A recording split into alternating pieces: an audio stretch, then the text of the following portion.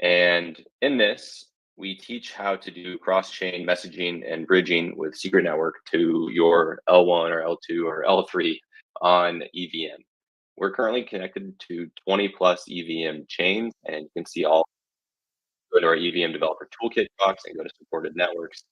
You'll see all of our testnet chains like Sequoia, Scroll, Polygon, Optimism, etc., as well as our mainnet chains. And if you don't see a chain here and you want to have your chain connected to Secret, just let us know. You can ping me on Discord or Telegram at Seanrad, and we will deploy a chain to or a contract to your chain if we're able to. And what I mean by this, by being interconnected with these EVM chains. So what this is these are our secret path gateway contract addresses. And what secret path is a bridge between the EVM and secret network using ECDH, elliptic curve Diffie-Hellman uh, cryptography. So it's elliptic curve cryptography. And basically what we're able to do is have a public smart contract address and a private smart contract address. The private contract address lives on secret network. The public lives on your chain. And we're able to pass shared secrets between these contract addresses so that you're able to use secret as a confidential computation layer for your EVM chain. And what we're going to be learning to do today is how to request randomness using secret path from Sepolia.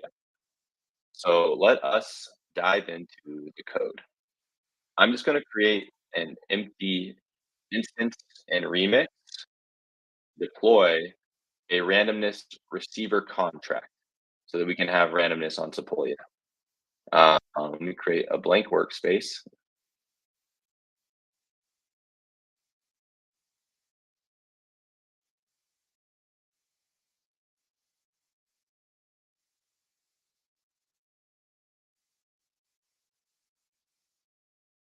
And so in these resources that we have on DoraHacks, I'm going to walk us through this right here, how to receive randomness, on-chain random numbers. And so we link to this repo here, which has all of our example repositories. And specifically what we're looking at today is our RNG example repo. So I'm just going to take this Solidity contract, our randomness receiver contract, and deploy it to Sepolia. And if you're an EVM developer and you've worked with perhaps uh, Chainlink VRF, this should look pretty similar. We designed the contract to look very similar to like what you would see in Chainlink VRF. And we're actually faster and cheaper than Chainlink. So we highly encourage the Link Army to check this out.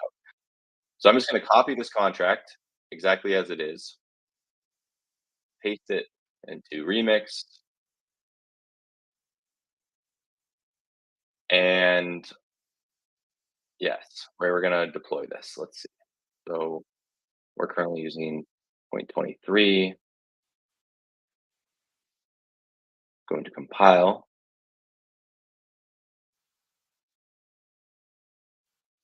and deploy this contract.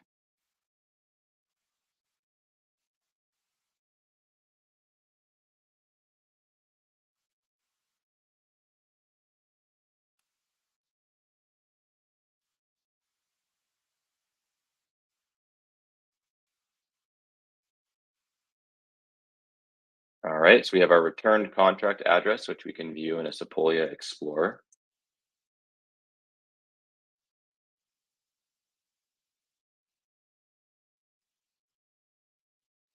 And the next step to use randomness to your EVM chain is to set the gateway address. So if we go back, we'll see this function, set gateway address. And all this means is what I was speaking about earlier with this elliptic curve cryptography and this public gateway contract and this private gateway contract that the public contract is communicating with on secret. That's the gateway address. And so if you go back into our secret docs, we have all these gateway addresses. And so you just got to pick the gateway address for your chain. So since we just deployed this to Sepolia, I'm just going to copy this gateway address, go back into Remix. We're going to call the set gateway address function. So paste this in.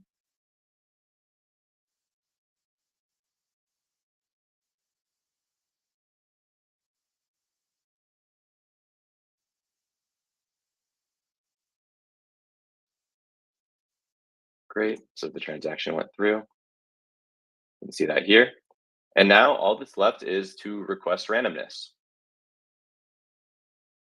So we have two functions in here for this preset. We have a request randomness test where you can actually request the amount of random numbers that you want to receive anywhere between 1 and 2,000 random numbers. And all you have to pass is the number of random numbers you want, as well as a callback gas limit. And we also have this test preset where you can just request 20 words, and it already comes with a callback gas preset of 300,000. So let's just um, call this. Let's add.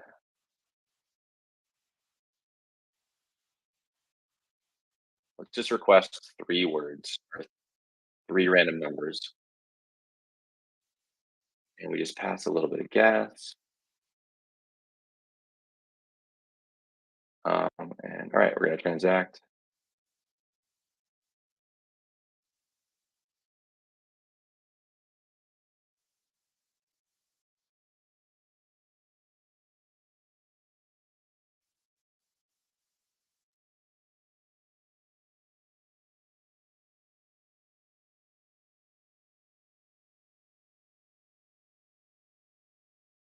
Okay, it says it went through.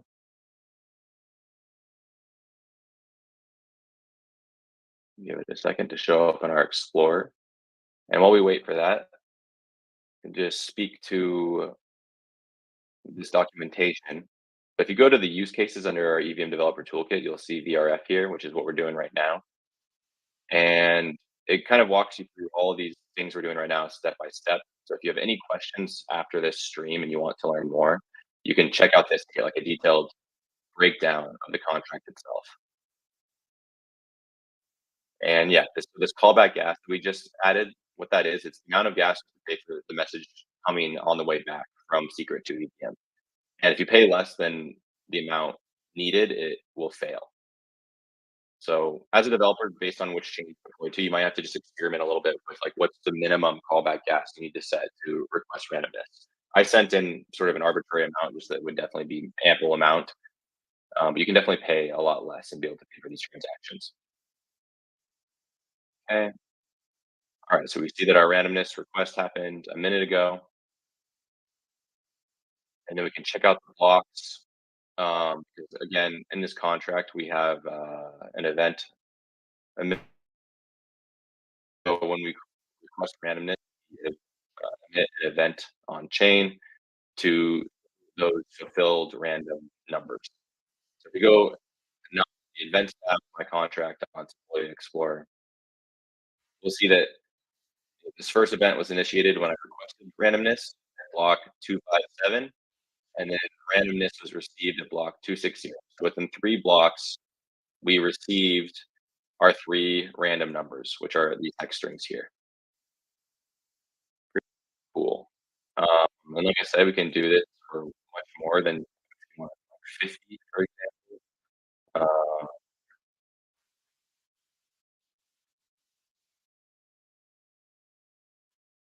just show this one more time in action. This time I'm sending less gas just to see if it goes through.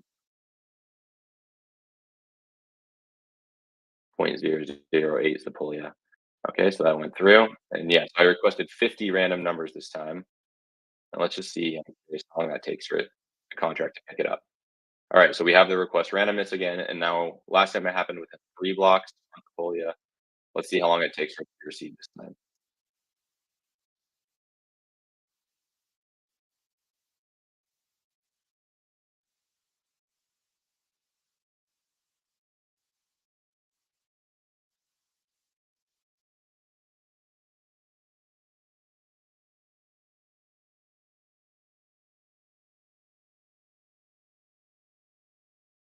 Mhm.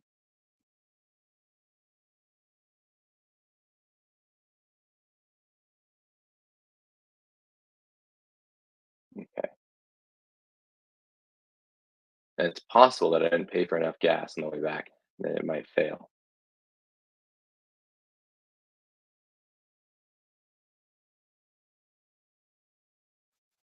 But this is why we do this, though, just to troubleshoot. But I recommend, yeah, just experimenting with callback gas amounts to see like what you can get away with in terms of the s- smallest amount of gas to actually pay for one of these transactions. Oh, here we go. So that was enough.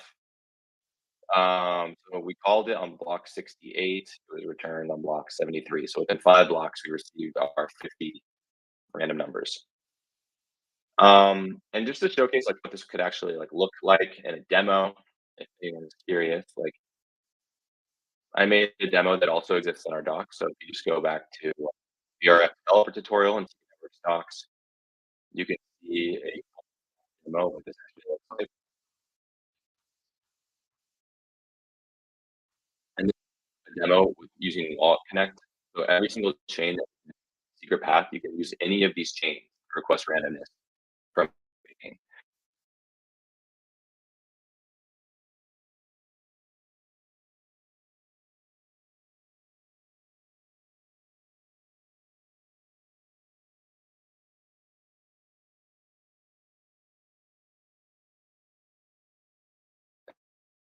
This or and we want to